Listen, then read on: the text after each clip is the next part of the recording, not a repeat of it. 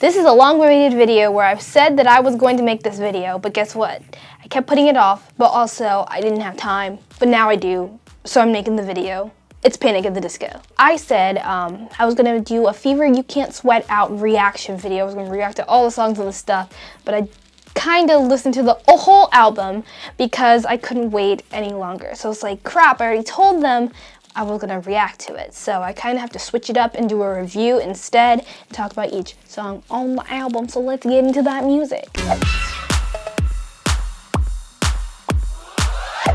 Hey, if you haven't yet, please subscribe to the channel because, you know, we get more things like this, reviews, music reactions, which we'll get into more. We're music lovers, and so if you're a music lover and you like music as much as I do, and I like music a lot, then subscribe to the channel. Let's jump in and talk about Panic at the Disco's A Fever You Can't Sweat Out, which is their first debut album. I like it, but it's weird. Kind of sets the tone of the album, sets the mood, like what we're getting into, and a little bit shows a little bit or like a tidbit of future songs. So like you can hear like it's like a turning of like a dial on a radio, zoom. But it's like a turning of a dial, and then you can hear them turning it up a little bit into some of the songs you hear and then turn it back down. It's like a little bit of weird, but like you can hear like, this album made me pretty good. And that's how I felt when I first heard it. Now, before we get into it, as you saw the title, the album titles are long. There's like one song on this album with one word in it. One. But like, I love them anyway. Now, I wrote down my favorite part of the song. Kind of gonna like say it, like sing it-ish, kind of. I don't know how I feel or what I'm gonna do with that, but this is my favorite kind of part. I like the chorus. Swear to shake it up and you swear to listen, and we're still so young, desperate for attention. I aim to be your eyes, trophy boys, trophy wives. To be honest, I probably listened to this whole album at least one time a day. I dance so much to this song. I love this song. To be honest, when I first heard this and stuff, I really liked it, and this was my favorite for a while.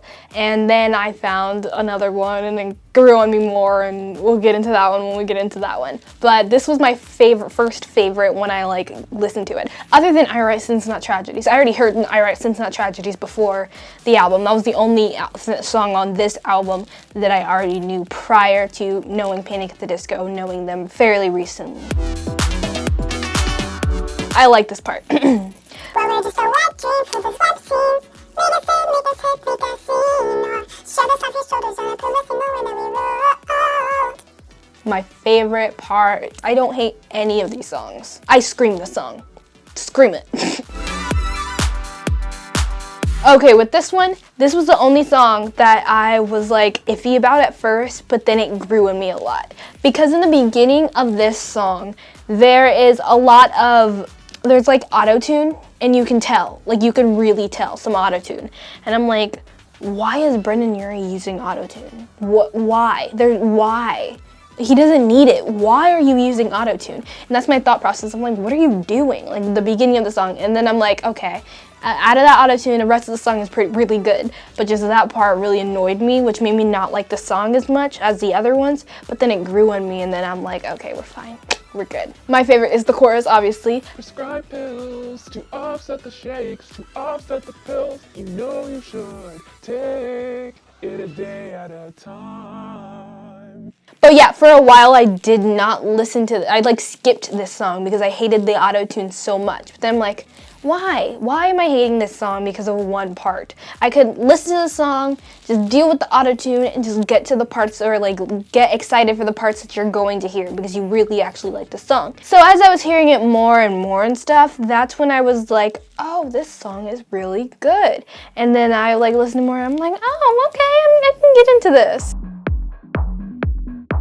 This is a song that I'm telling you, one word in the title. Everything else has like 8. My favorite part is the beginning of it and the ending of it. It's like I love the whole song, but like those are my 2 favorite parts.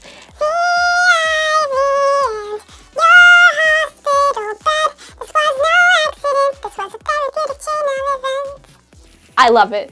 It says in the beginning, it says in the very end. I love it. When you first hear the song and you first hear that part, it's like, oh, the song is gonna be light and pretty.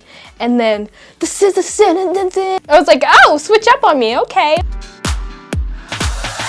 I learned that this was the very first song that Panic at the Disco made together when they were a group. But I really did it. Like, I really did enjoy it, and I was like, okay, okay, this is their first song. Let me get into this. And I'm like, okay, this is the start of it all.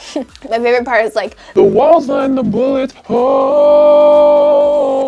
bum bum bum. Have some composure. Where is your posture? Oh no, no. You're pulling the trigger all wrong. I love it. I really do. When I say I love it. This whole album, I'm like, where have you been all my life? Like when 2000 and stuff, and like 2005, I think that's when this album came out, or 2004, around that time, I was like literally probably 3. Let's go to the next one.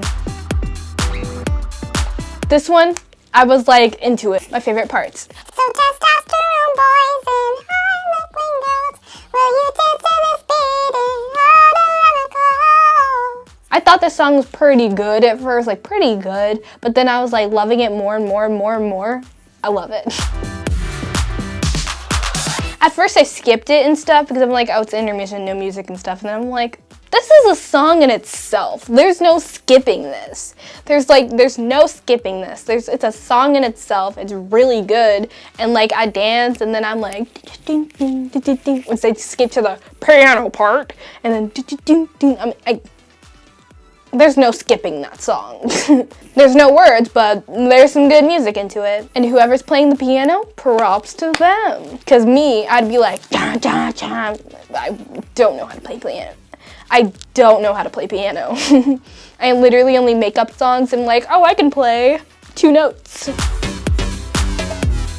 This is the one I was talking about. This is the one is probably my favorite on the album, other than I Write Sins, Not Tragedies. But this is my favorite. I love this one.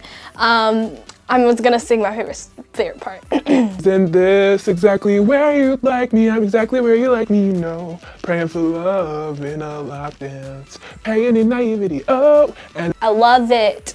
This is my favorite. Usually in albums, there's like, you love all these songs and you don't know what to choose. So you just have a top favorite and a low favorite, which I do have those, but like with this album, I have a distinct favorite, and I love every single song equally, except for this one. This is, It's like these are the songs, all the songs, and then move out of the way, but it's better if you do is right here taking your places, and then everything else. And the transition between I Write Sins and this one, you need to hear it back to back, not like hear this and then go to the next one. No, you need to hear it back to back. That transition is clean. I don't know how I already knew the song. I didn't like know, I just heard of it and everything. I just like, oh, I know this song. I just didn't know it was them. And so yeah, I Write Sins, Not Tragedies, know every word. It's my favorite, one of my favorites. You already know what my favorite is, but you know, up there. I chime in with a haven't you people ever heard of? for God's sake, preach with conviction. Strike up the band, uh-oh, the conductor is beckoning. Come, congregation, just singing like you mean it. No, don't you get it, now don't you move. Really good. This song is also weird, but like, not weird, but just like how I feel about it, because I feel like it's dancey and like dancing stuff, but I feel like it's chill where you can just go like this. But then sometimes I also want to feel like going like this, but like it just depends on my mood, because I can be like, strike up the band, uh-oh, the conductor is beckoning. But I also want to go, strike up the band, like all the time. It just, I don't know what to do. Prescribe pills to offset the shakes, to offset the pills. You know you should take it a day at a time. Yeah, there's nothing chill in this album, but like there's the chill to the extent. This song really gives me, I don't know, like a vibe. It gives me like the 50s, 60s, I don't know what year it is, but it gives me like a, I don't know, it gives me like a flapper. What is that, the 20s? Does it give me a 20 vibes? It gives me the 20s vibe, especially when it's like the instrumental part with just the music. That's where I really feel it. But then like the whole song is just gives you that like that vibe. it. Cause you say so in your breath, your reading lips. When did you get all confident? Haven't you heard that? I'm the new cancer, never look better. You can't stand it.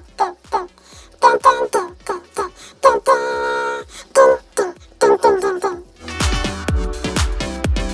I really like the chorus, and then I really like the beginning, and then I like terrible crash. Like, I don't know, like there's certain parts of these songs that I really enjoy, but as a whole, it's like I really like the song, but it's just not up there. Like, obviously, since it's the last song on the album, I'd probably listen to it last if I had to choose out of order what songs I want to listen to. This is probably going to be the last one, but I'd still listen to it, I'd still dance to it, I'd still rock with it, like, heavily. Now we're going to talk about my top favorites, and my likes. This is going to be a long one because these titles are long. The only difference between Martyrdom and Suicide is press coverage. London beckons songs about money written by machines. Time to dance.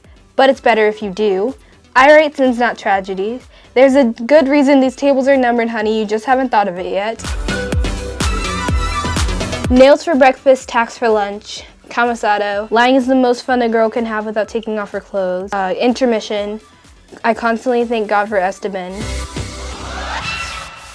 Introduction, and then build God, then we'll talk. I don't know why they made it so long, but I get like they did. It's all quotes and stuff from different things that they enjoyed, but like long. Tell me what you think about the songs. You can tell me about all the songs, your favorite songs, tell me your top favorites, your likes and your favorites. Tell me all of those things, you know, basically do what I did in the video down in the comments. And do you enjoy this album? Let me know that down in the comments as well. Soon I will be doing this again with the album Death of a Bachelor because I listened to that as well. But I promise you, I'm not going to listen to anything else until I actually do a reaction, but and then I'll do a review later on down the line for that album. But I only listened to A Fever You Can't Sweat Out and Death of a Bachelor. Those are the only two. I could not go into listening to Panic at the Disco without knowing Panic at the Disco music. So I listened to their first album and an album in the middle-ish. Click up there for a video that's last week's, and click down there for a video perfect for you, and click up there to subscribe. Like the video if you haven't yet and if you enjoyed it. Now, bye. I'm going to try not to listen to another album.